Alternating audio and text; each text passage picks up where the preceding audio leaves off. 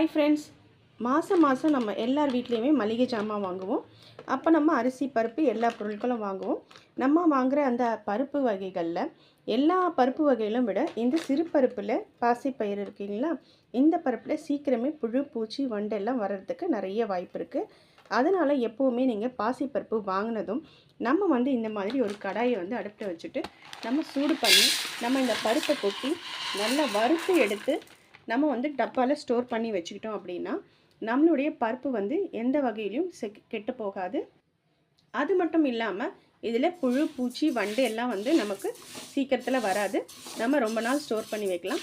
அது மட்டும் இல்லாமல் நம்மளோட பாசிப்பருப்பை எப்போவுமே வறுத்து தான் செய்வோம். பொங்கலுக்கு மற்ற பாயாசம் இது மாதிரி நம்ம யூஸ் பண்ணும்போது இதை நீங்கள் பேக்கெட்டை பிரிக்காமல் வச்சாலே நமக்கு வண்டு வரதுக்கு வாய்ப்பு இருக்குது. அதனால் நீங்கள் பாக்கெட்டை பிரித்து இந்த மாதிரி வறுத்து நல்லா ரோஸ்ட் பண்ணி எடுத்து வச்சிட்டிங்க அப்படின்னா நம்மளோட